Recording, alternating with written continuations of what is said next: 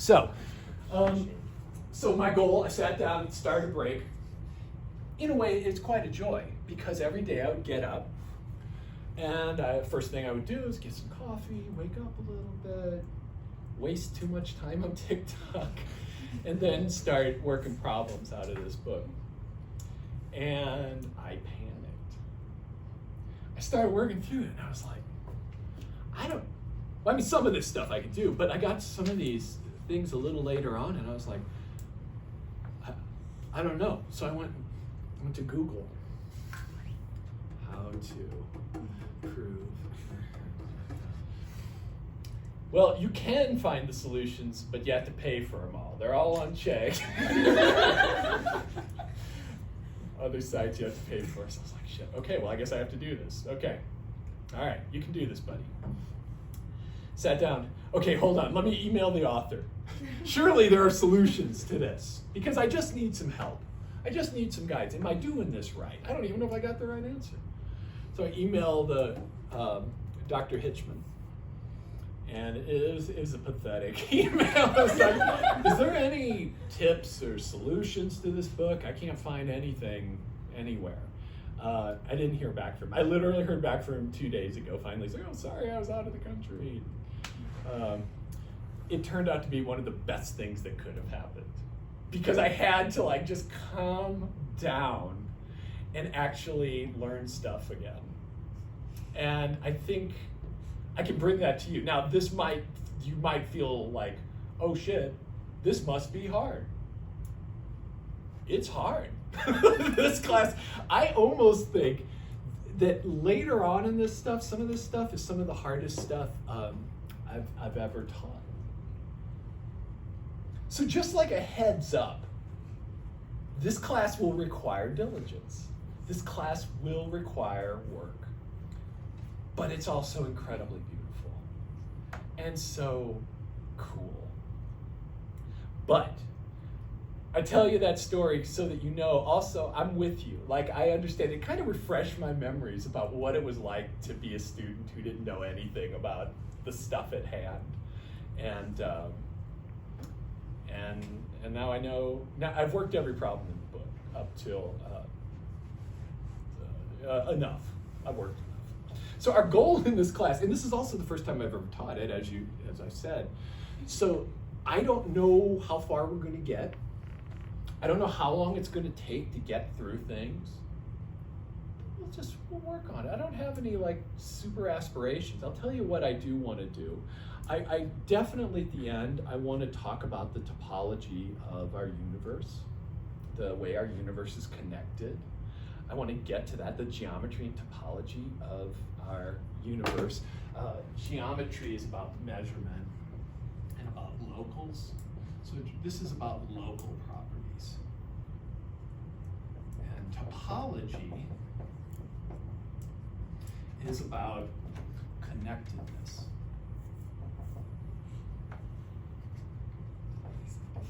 Yeah. So we'll get to that at the end. We start off very chill. We start off talking about the complex numbers. That stuff, some of you had complex analysis with me. Some of you had complex analysis with me.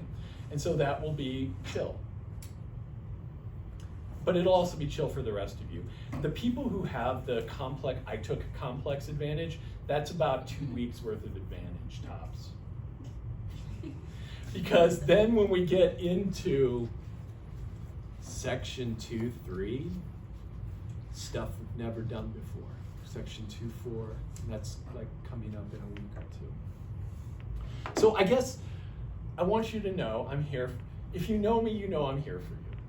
And you know that I will be loving and kind and understanding about how this all takes. But you're going to need to really be on it. You're absolutely. Like I've actually read the parts of the book we're going to do twice, and work some of the problems twice, and all this stuff. So we'll take some work, but the payoff is really cool because you'll never have done anything like this before. And you'll probably never do anything like this again. I can't even imagine where anyone would be using this shit in the world. But it's cool. And in some ways, it's actually at the heart of math. It literally is where modern mathematics started. So we're really coming into like the cusp, you know, when the sun just coming up over the horizon, just those first rays of light. This is that. And it ties back to this ancient tradition. The first tradition of mathematics, the first tradition of education was geometry. So we'll get into that. But first, let's take a minute. And the syllabus is online. I don't even want to go through it. The syllabus is on the world class page. We're not going to have any exams. But let's just get all this shit out of the way. We're not having any exams. We're going to have, I think I said 7 quizzes. Is that what I said? Oh, wow, thank you. Kitra, what did I say? What are we doing? No. Oh, yeah. So it says 7 quizzes, or give or take a quiz. But they're going to be short things. So all the exam stuff is going to be basic knowledge. Maybe reading quizzes, like maybe I'll say, hey, please know these definitions. Come in, we'll have a 15-minute quiz. Because knowing these definitions is the key. Like having this stuff deep inside your psyche before you start to work with it, that's going to help you. And that's the only reason we're going to do it. The rest of the class is going to be homework. So the majority of the class is homework, working problems. We'll work them sometimes together. You'll certainly be working problems on your own. Or just not, just it will be painful experience and boring and terrible and boring.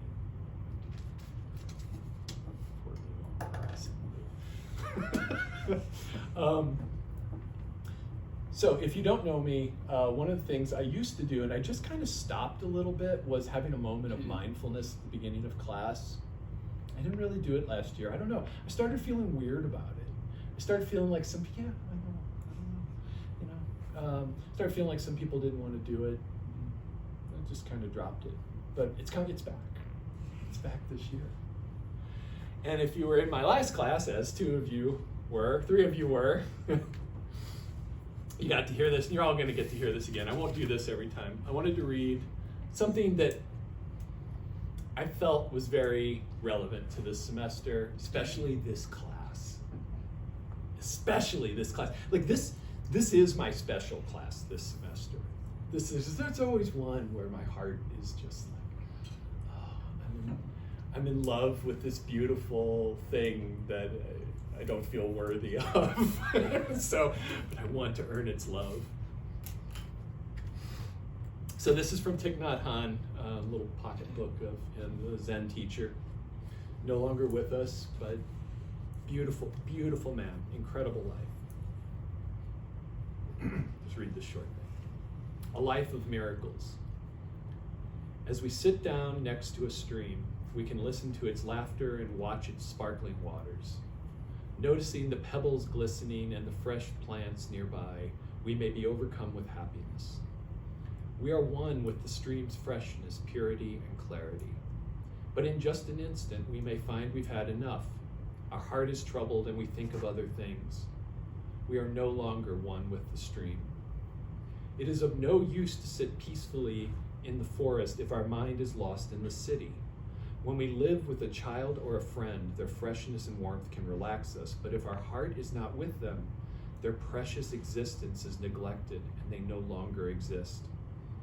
We must be aware of them to appreciate their value, to allow them to be our happiness. If through carelessness and forgetfulness we become dissatisfied with them and begin asking too much of them or reprimanding them, we will lose them. Only after they are gone will we realize their preciousness and feel regret. But once they are gone, all our regrets are in vain. So here we are together in a moment that will never come again. In so many ways. Literally every moment will never come again. Everything's changing. We're all changing. Some of us will never be in a class together again. probably. It's sad, but it is. But we're all embarking on this new thing. And so what I want you to try to keep is a spirit of curiosity and freshness and openness to this. And you'll have a good time. What a rare opportunity to be able to study mathematics. What an incredible chance we have to learn from the dawn of math to the structure of our cosmos. So, let's take a minute. Enough of that. We're going to get started, but let's just take a minute to sit. So I ask you, please, you don't have to join in actively, but I ask that you do not move during this brief moment. So if you wouldn't mind just closing your eyes, and if you've done this before, do it again. Just close your eyes, pull away from the back of your chair if you're sitting, leaning back, and support yourself. Hold yourself up under your own strength. And just listen to what's happening in this room. Or feel the air on your skin.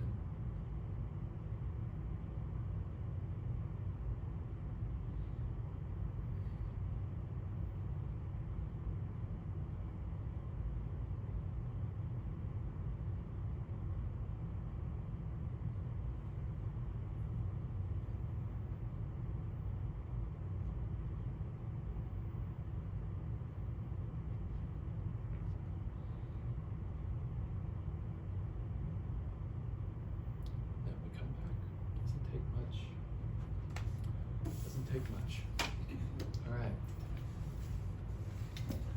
So I guess I'll stand up.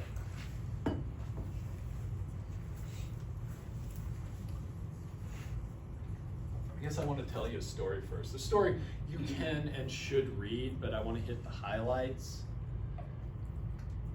So, first off, check out the syllabus in World Class. Some of you have. Check out the syllabus.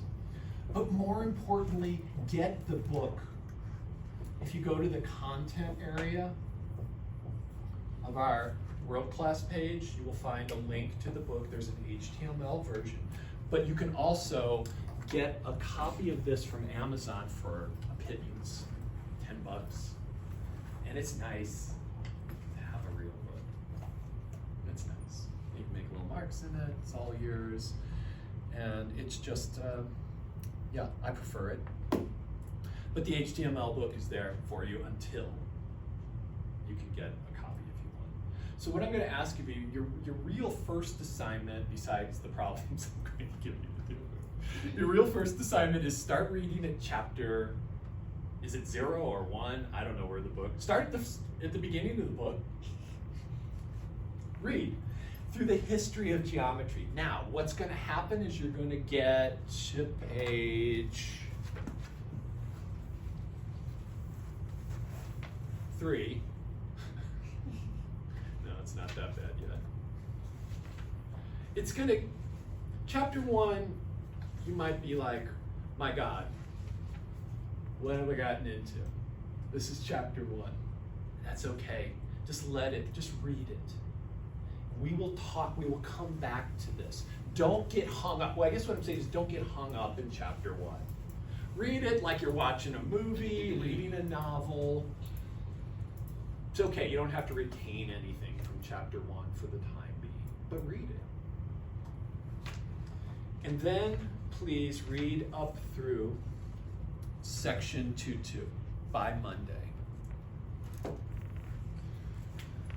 So read up through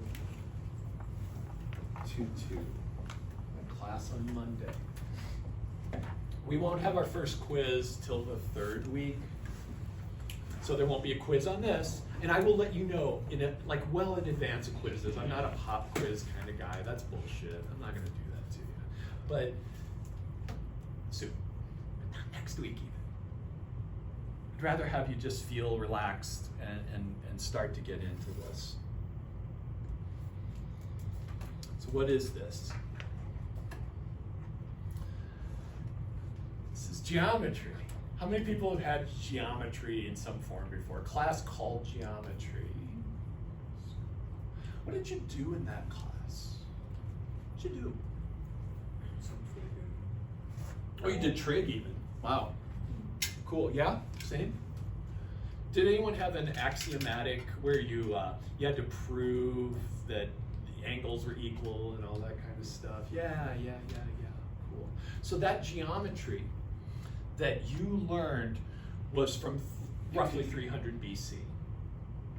The trig wasn't. The trig's a little later. But the geometry that most of us think of as geometry, get out your compass, mark some things, make perpendicular segments, all that stuff, that was done at a minimum by the Greeks, probably by much more ancient peoples. I'm sure that the Sumerians, one of the first societies, the Babylonians, those people were beyond brilliant.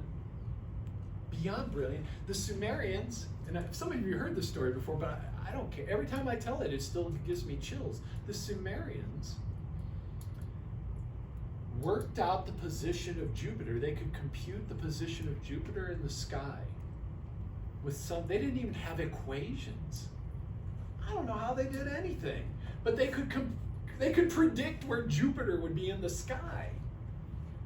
So what if this class was, all I need you to do by the end of the semester is be able to predict the position of Jupiter in the sky. That's it. Okay, class dismissed. I'll see you at the final. I couldn't do it in my lifetime, right? Given my lifetime. So those people were astounding. Those folks at the heart of creation, at the cradle of human civilization. But the geometry that you know about was around 325 BC. It was from primarily a book written, the first textbook ever written by Euclid.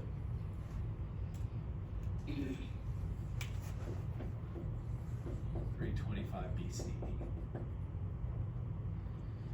And these ideas had been around. All these ideas, people have been doing geometry forever, but Euclid was the first person to sit down and systematize things and create what's called as the axiomatic method, which is what you've done in all your math classes. Here is a theorem. From that theorem, what can we derive? Here are some axioms, some assumptions about the mathematical world we're in. What can we predict from them? Euclid was the first person to prove things. Now this class has a prerequisite of Calc 2, which is just utterly baffling to me. But I'm aware of that, and I want you to know I'm aware of that. So I will not be asking anyone to write proofs in here because you've never learned how to write proofs. But I might work with you on learning toward how to prove things. But those proofs, that everything you've learned when you took logic and proof, if you did take logic and proof, which would be a better prereq for this class, would be, Dr. Patnott and I have a strong disagreement with Dr. Seibert about this. Because I don't know, I was like, Jim, what the fuck? What, are you serious? Like Calc 2? Like, bro. It's like, oh, no, students don't have any problem with it. Okay.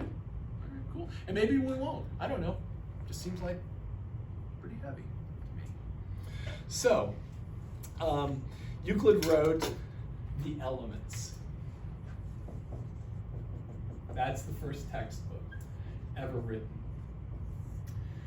And it really means the elements of mathematics, but it was really the heart of geometry that was compiled into this book. And in it, and you've got this in front of you, I wrote these out because we need to have them in front of us to really understand. Has everybody got this? So in one section, he wrote these axioms. What is an axiom? Could somebody help me out here? Oh, sorry, Christian. Here. Oh, yeah. There you go. Yeah. Sorry, my friend. Like an assumption? An assumption. So an axiom is an assumption. It's something that really can't be proved. It's just, we take it on faith. It's something that cannot be empirically verified. We just have to go, okay, that's what Euclid said, so that's what we believe. So he had these 5 postulants, axioms, in the book. Let's read through these together. The first one. Now the language, I wrote it down as Euclid wrote it down, not Greek. First axiom, to draw a straight line from any point to any point. That's not even a sentence. It's not even a complete sentence. What he means there is that if I've got 2 points, I can connect them with a straight line segment. Okay, Euclid. I think we're starting to get you a little bit. Number 2, to produce a finite straight line continuously in a straight line. Any ideas what that might? Like a straight line. I was thinking it's like something like a straight line can be made, like any straight line can be made between 2 points. Yeah, that's kind of the first one though. Okay. But this one is weird, and in the language is so odd that it's almost impossible to know exactly what Euclid meant. But he means there if you have a line segment, you can extend a line segment as much as you want. Continue the line on. Number 3 is probably the most, well, 3 and 4 are the most accessible. Number 3, to describe a circle with any center and distance. That's Euclid speak for tell me the center and the radius, and I'll make you a circle that's like that. All right, now we're grokking Euclid a little bit more. Number 4 is a weird one. Read that. All right angles are equal to each other. To me, that feels like saying all cats are cats. What does that mean? I still don't know what that one means. That if I have a right angle, a 90-degree angle, they're all 90-degree angles. They're the same angle. Okay. Please read number 5.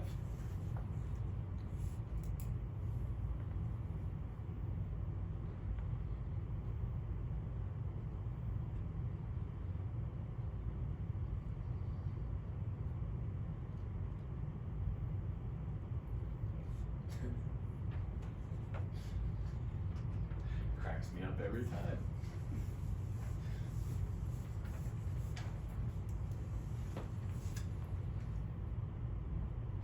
It's weird, isn't it?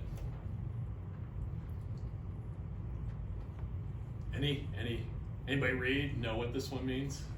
Read it out.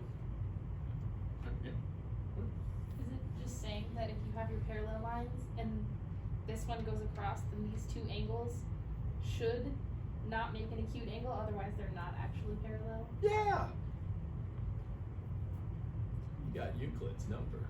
Yeah, that's it.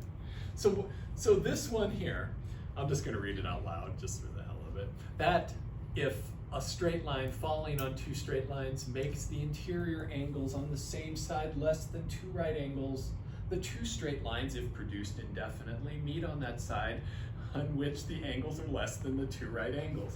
Here's the picture that Pietro was drawing with her hands quite well.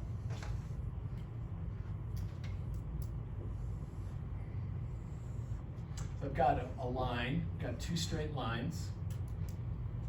These are the 2 straight lines of which he speaks, and here's the straight line falling on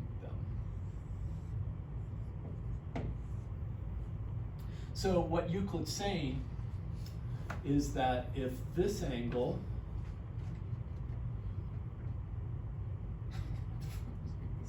okay, hold on.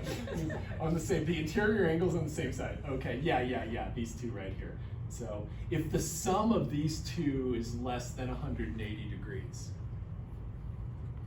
then these lines will intersect. Right? Because think about if these were right angles. If I had this, and these 2 angles summed up to 90 degrees, then we would think, with our experience in life and our experience in geometry, that those 2 lines are what? What's the word for those 2 lines? Parallel. But they add up to 180, Yes. Or, okay. I thought Yeah, you yeah. said So 90. if less than, if the sum of these is less than 180. Yeah, I yeah. thought you said 90 here, if they add up to 90. Oh, I'm sorry. I might have, Nathan, absolutely. Yeah, yeah. If they're each 90. Yeah, yeah. Thank you for listening. I appreciate that. And for asking. So this is where modern math started. This kind of went unchallenged for a long time. Even Euclid himself felt weird about this and doesn't use it until like one of the 80th results in the Elements. This is kind of like, I don't think I'm going to use that one yet. It's just kind of a weird, I mean, look at how cumbersome it is. And so he felt weird about it. And people continued to feel weird about it. Throughout the years, people over and over, mathematicians, geometers, tried to prove that this fifth one, because it made everybody uncomfortable, that the fifth one was actually just a consequence of the first four and you could throw it out. This is what everybody really wanted. No fifth postulate. Man, that is weird. So people tried over and over and over again. There was, I've got a couple of my favorite highlights of people attempting. So the first attempt was maybe like 700 years later by a guy, Proclus. He tried to prove it, thought he proved that the fifth one followed from the first four, but he had a faulty proof. He actually was assuming things were parallel. He made an assumption about things that he shouldn't have made. He basically assumed what he was trying to prove. In 1773, so then later, right? What was that? 400, year 400? And then in 1773, Saccheri produced a book called Euclid Free of Every Flaw, where he proved that the fifth followed from the fourth. He was wrong. When confronted with the error of his ways, he claimed, Euclid's fifth postulate must be true because to think otherwise is repugnant to the nature of a straight line. Just repugnant. Lovely. So it wasn't until much later when mathematician Playfair came up with a new formulation, an equivalent formulation of the fifth postulate. And that was this. So this is Playfair's postulate. You don't have to write any of this down. It's all in the book for you. That if I take a line and a point not on the line, there is precisely one line that I can draw through that point that does not intersect the other line. That point a little bit bigger. So that was Playfair's postulate. That's equivalent to what Euclid is saying in that fifth statement. It's a lot simpler, right? Take a line and a point off of it, there's one parallel through that point. That's nice.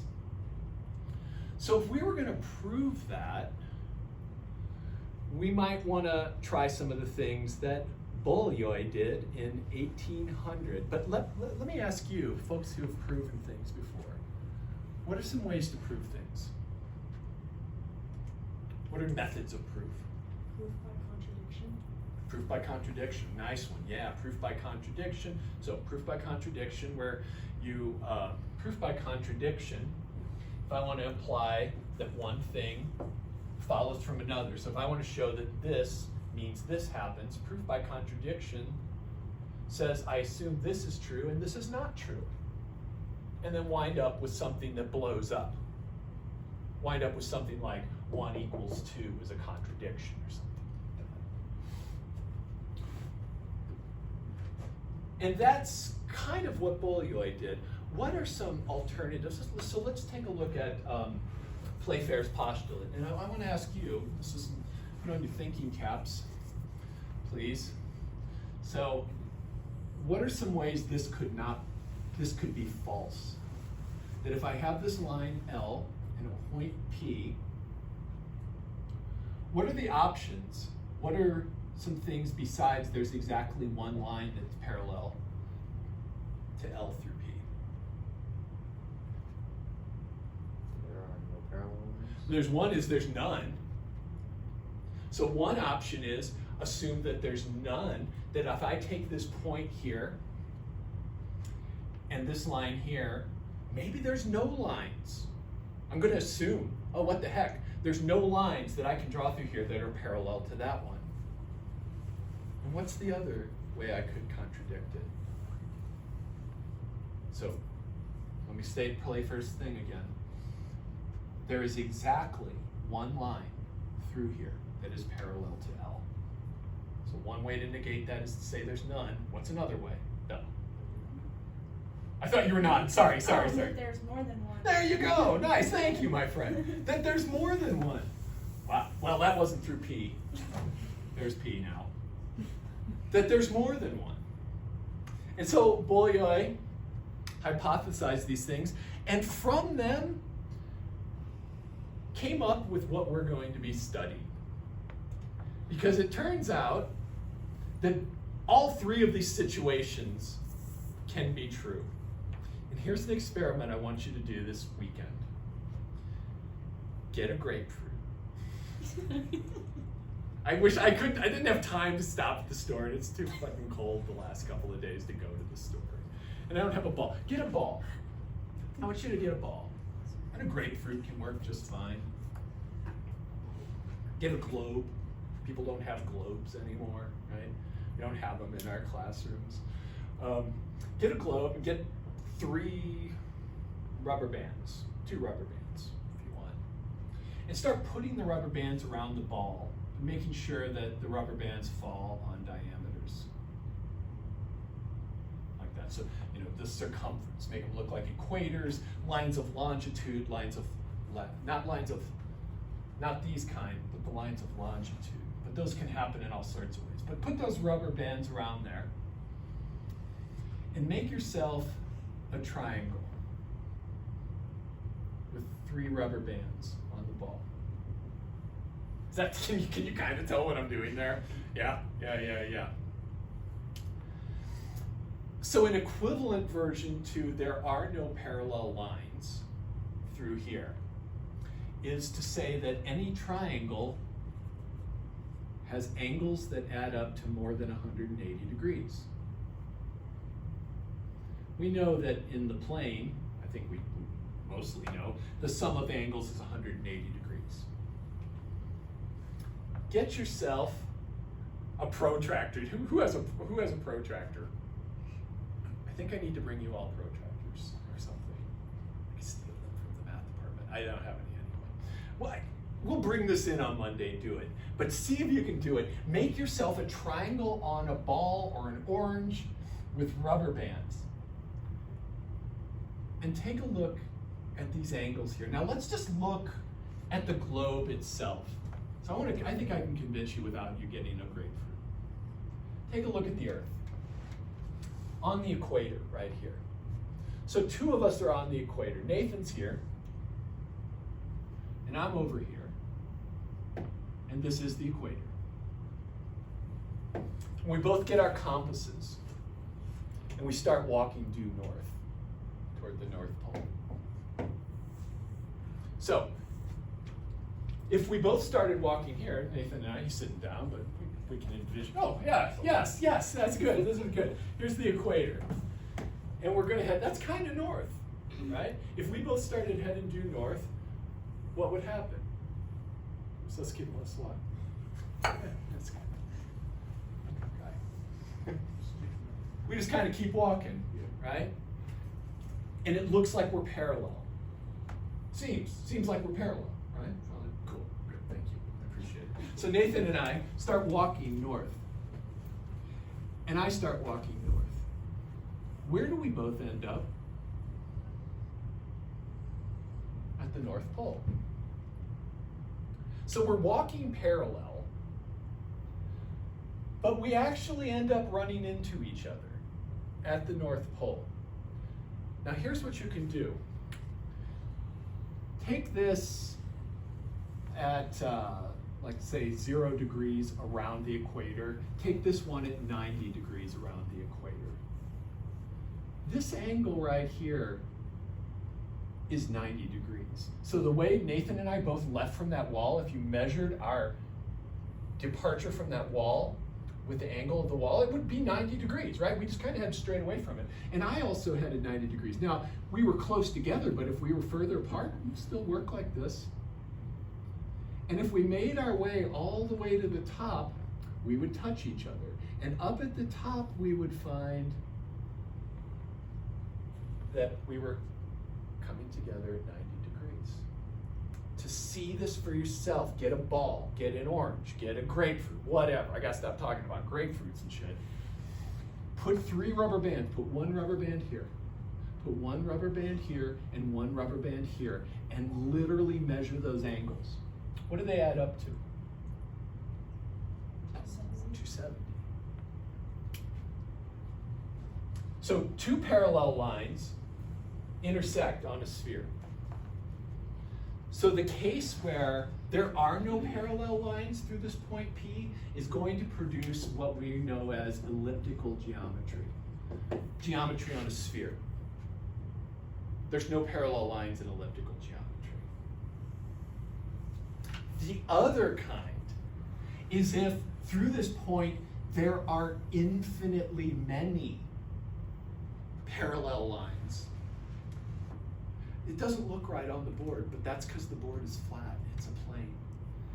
This negation of Playfair's postulate produces the other geometry, the first one we'll actually study, called hyperbolic geometry.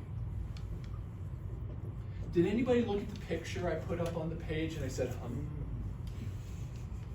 has the angels and demons interlaced? And it's from M.C. Escher. It's an amazing, amazing mind, amazing artist.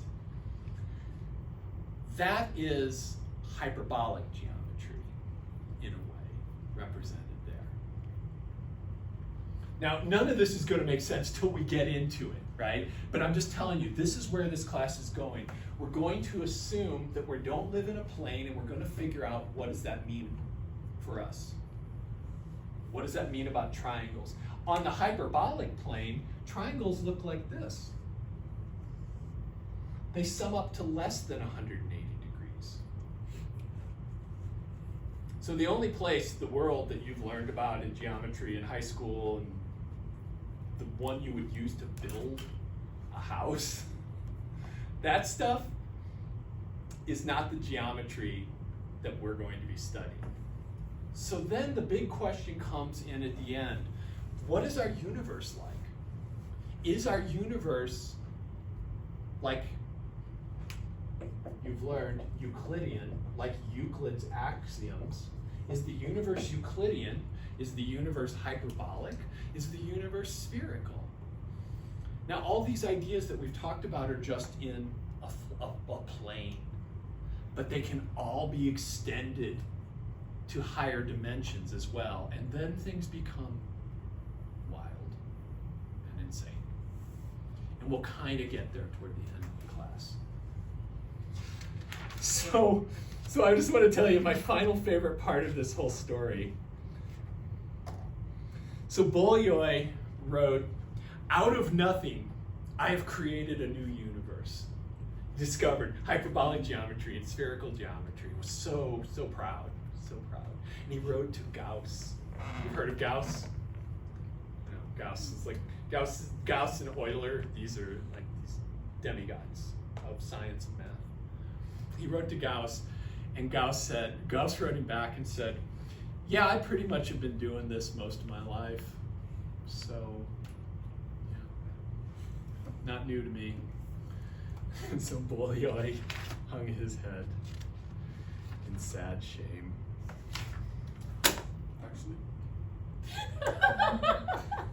We didn't hang himself. I mean, he did. I'm sure he hung his head. He did. I didn't. Yeah. I almost went a darker route, and then I kind of pulled myself out. But you kind of followed it. Just like we'll meet at the North Pole, we meet now, my friend, in the darkness of life.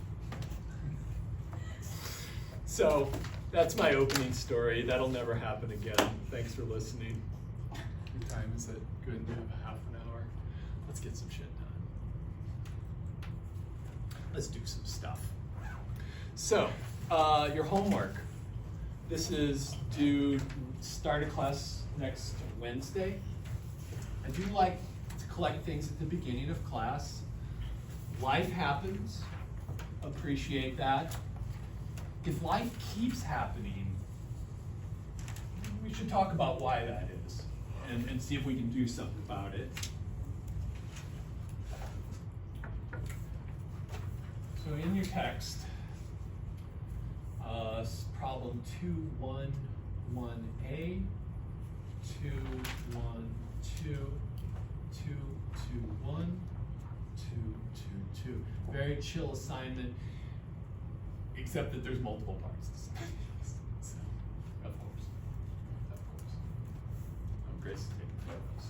Nice. I wanted to add in, so I wanted to give bonus problems along the way. And I've been writing a lot of letters of recommendation. And one of the things you should think about as a person writing letters of recommendation is, what would I write about me? If I was writing this letter of recommendation, what would I say about me? What could this person say about me? So one thing that's good to do, I mean, doing other stuff besides just showing up for class, doing okay, you know. You can do other things, you can do extracurricular things, or you can do bonus problems. Nothing delights me more than being able to put in a letter, and so always did the bonus problems and would come to talk to me. So just think about that, like keep that in the future, right? Like keep that, like what, I'm gonna graduate one day and I'm gonna want this person to say shit about me. What do I want them to say? Really nice shirts. Almost always on time. Do you know? And I'm not saying, the people I'm writing letters for, this is not you. I write wonderful things about you. Yeah, that's good. I would, yeah. And just whoever, everyone in this room I've written a letter about. Yes, I have wonderful things to say. But bonus problems are great. And a bonus problem that you could do, and bonus problems don't have to be turned in on time. They can just be done. Because it was a cool problem. Let me just find it here. Oh yeah, it was problem 4 on page 19. Cool bonus problem. Just, if you're finding yourself not challenged yet, I would say hold on. Chill out and maybe enjoy it, but some people can't do that. So problem 4, this is on page 19. It's about Pythagorean triples and complex numbers, and I've never seen it. I've never seen this problem. So I was like, ooh, I want to work that, but I was too desperately busy trying to get ready for everything else. But what a neat problem. So what are your problems going to be about? They are going to be, we are going to spend our time in this realm, the complex numbers. So it turns out that all the models of geometry are best served by working in the complex plane. Really, I was shocked. Like I said, I didn't know anything about this. Like, really? Wow. We work with the complex numbers all the time. So the complex plane, your book gives a very somewhat obtuse but worth reading description of the complex numbers. I'm going to give you a straightforward one because you can read theirs on your own. So the complex numbers. Here's the real number line. That's denoted by that fancy and pretty attractive R, if I may say so myself. That's the real numbers we know of, you know, 0 and 1 and pi and negative e, and every number we do stuff with in math and science is on there. But we're going to add in, come here you, we're going to add in this number, I. Unfortunately named imaginary. The I stands for imaginary. It's terrible. because it's one of the most useful numbers in the world. You literally can't do electrical engineering without I. If you're going to become an electrical engineer, if you're going to do signal processing, you need this number.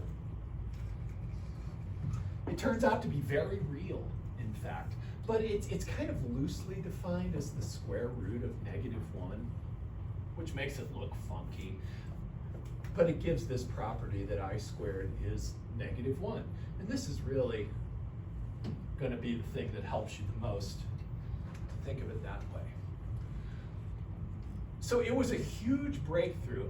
There was a mathematician, Argand, and I think someone else at the same time came up with this way of incorporating the imaginary with the real. So we create this new axis, and it's called the imaginary axis, and it lifts us away from the real into the imaginary. So this is my real axis. This is my imaginary axis. And this is multiples of I along here. So this would be I. This would be 2I. 3I down this way, here's -I, -2I, -3I. 1, 2, and then the reals. Ooh, wow. -2, and so forth. So we get a plane. This is called the complex plane. And every point in that plane corresponds to what's called a complex number. So if I put a dot right here, that is the number 1 plus 2I. If I put a dot right here, this would be -2 minus 2I. You can think of these as ordered pairs. It's a lot like, very much just like the plane that you're used to. And you would normally think, oh, that point has coordinates 1, 2, and that point has coordinates -2, -2. And so you can think of this as the plane. That's really actually a good thing to do. Think of this as the plane you know. Totally going to help be very useful. But weird stuff will happen when we start combining the numbers. That's where the strangeness occurs. So we've got a number in here, x plus iy, and that is an arbitrary complex number that looks like that. And we're gonna give these a single name, so I might call that z or w. So we will use a single letter to denote a complex number that actually has 2 parts to it, an x and a y component. You can kind of think of them as vectors, not a crazy thing either. Think of it as planes, the plane with vectors. Notice how we went to, it's not super creative, we just kind of went from x to y and we're like, hey, what other letters are to the right of x and y? Well, I guess that's not to the right, is it? I don't know where that is. But these are the letters we will traditionally use in this class. So let's see, what else do I want to tell you? I almost don't want to tell you anything that they say in that book. I just want to show you how to do operations with these things. So let's talk about adding 2 complex numbers. So let's let z equal x plus iy, and let's let w equal s plus it. So again, think of that. That could be thought of as the point xy, and this could be thought of as the point st. In your mind, that's a good thing to think of. So when I add them together, I just add them like I would vectors. How would you add those vectors there? If I said add these 2 vectors, what do you do? X plus S and Y plus T. Danke. I'm saying German, thank you. Sorry. So I just add the components, just add the real parts. And you add the imaginary parts. And notice how the I acts as a separator. So I just, in the same way that if you added these 2 together, you would get x plus s, y plus t. Just like vectors. If you know anything about vectors, you got this. If I subtracted, it's the same thing. this just becomes a minus here, and this becomes a minus here. Now here's where some new things come about. There's some, well, for Alice, actually, this is somewhat new. This looks like absolute value. Think about what absolute value is in the real line. If I give you a number in the real line, let's say 3, and I ask, what's the absolute value of 3? Well, you'd say 3. What's the absolute value of minus 3? That's also 3. Because this is the distance from that number to 0. So in the real plane, if I have this equals the distance from that number to 0. Same thing here, except it gets a little bit more interesting. What is the absolute value called the modulus, got a fancy word for it, of z? It's this distance right here. What is that distance? How do I find that distance? What theorem? What ancient mathematician do I summon? I haven't summoned him in so long. Pythagoras. Summoned ancient Pythagoras from the depths of Hades, right? O great Pythagoras, come forth and find this distance. And Pythagoras says, square root of that squared plus that squared. Cool. Turns out to be exactly the absolute value down here when you're on the real line. One thing, this is always positive. This is the positive square root, not the negative. Now, that's all well and good, but here's where the interesting stuff starts to happen. If I take z times w, this is not like vectors. Vectors don't work like what I'm about to do. I see Lou is doing such a good job trying to look like he's not bored. You see, I love you. I appreciate you so much. But Lou's happy. But anyone in complex, this is like just review. So I could do this, x plus iy times s plus it. So it's a little like shit, so maybe I should make that t a plus a little more like that. How do you multiply two things like this together? Foil, thank you. Foil. Good, man, the shit that just persists in your mathematical life. Pythagorean theorem, right? It's like one of the first things you'll learn in grade school, I guess. I don't know, it was a long time ago. And foil. I still foil. Even at the advanced levels of math, you are foiling stuff. It's unbelievable. So you FOIL this out. FOIL, first times first. Outer is x times it, so xt, and you can keep the I in front or in back, it doesn't matter. Try to be consistent. Inner is IYS, and last is I squared times YT, and what is I squared? -1. So I replace, anytime I see an I squared, I replace it with a -1. So this is -1. Now look what we got.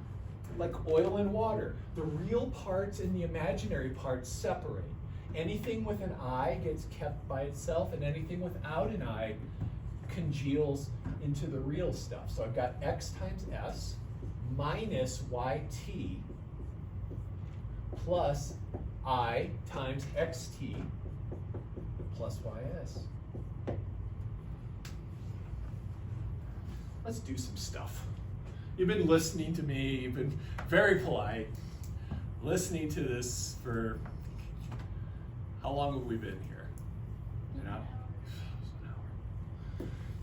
An hour. And I'm talking for like 75 minutes right before this, and my voice is damn near shot. Let's do some problems together, my friend. Friends, plural.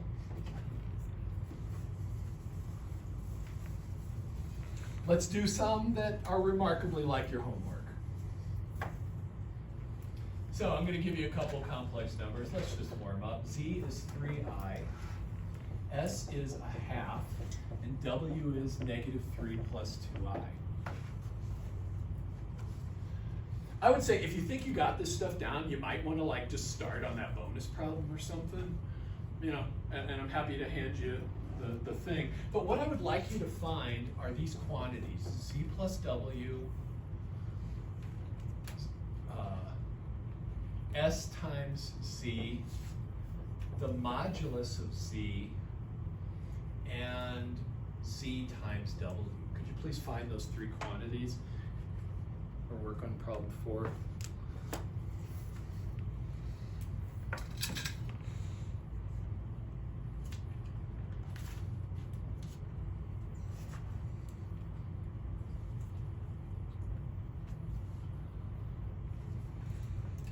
Remember, when you multiply, don't remember the formula. Just FOIL.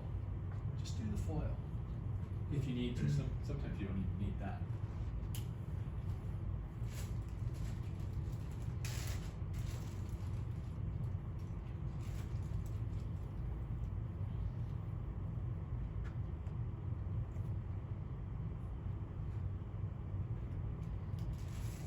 Anybody want a Jelly Belly? I got addicted to these. They're really great. We got buttered popcorn. Have you had those? Just Weird. buttered popcorn. Oh, freaking weird. That is good. All day. What kind? You want strawberry or buttered popcorn? Or both? You want both?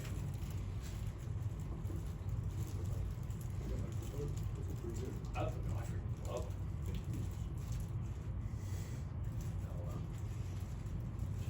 Strawberry. You know the other? No, I think Right, strawberry does sounds it? bad. Yeah, I'm scared of the popcorn. Olivia, my friend. Both. Buttered popcorn and strawberry. Strawberry's good. You're good? You want one of each? All right. We need sugar.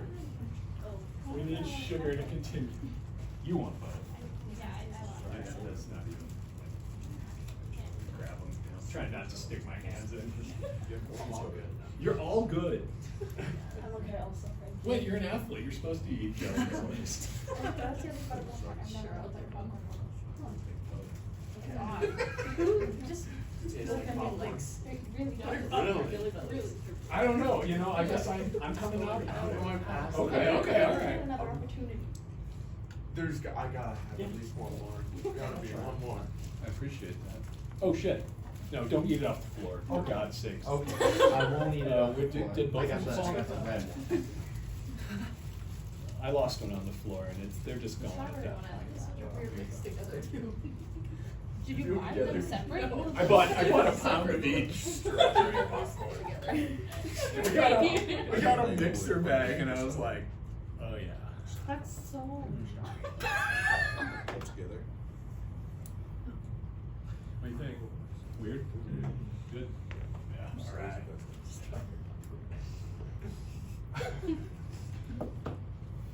Now look, I can't keep hooking you up with these jelly bellies.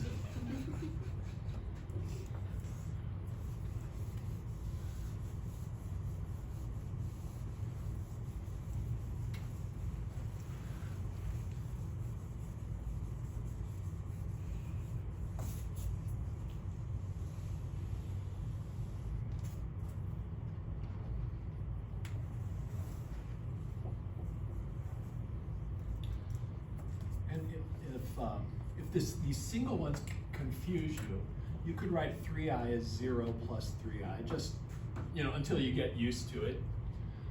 Because the real part here is an unspoken 0. If that helps. Definitely true. Good way to think of it. And then add through. How are we feeling about that first one?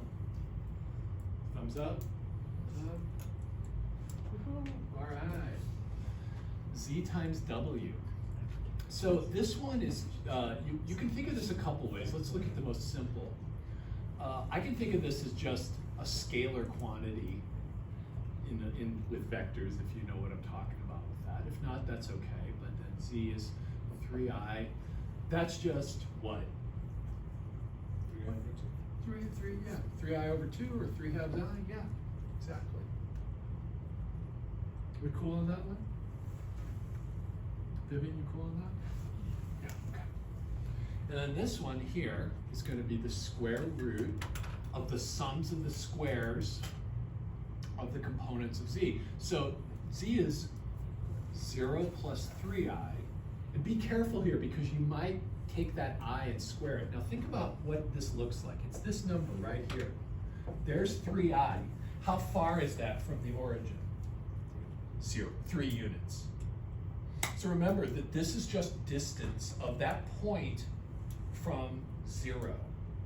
So I should expect 3 to come out, but let's check. So we've got 0 squared plus 3 squared. I'm forgetting, the I doesn't come in there. If you put an I in there, you're going to get a negative number underneath. And so that's just the square root of 3 squared. And that's just good old 3 like we predicted. And then z times w is 3i times negative 3 plus 2i. And again, here I can distribute. Now I don't have to I could FOIL. I could write this as 0 plus 3i and FOIL it all out. That'll work great. But I could also just distribute. 3i times minus 3 is negative 9i. That's that. These are just numbers. Don't get freaked out by that I. That's just the number. Or an x. You know, think of it as an x. You've done this all before. And then 3i times 2i is going to be 3 times 2 is 6i squared.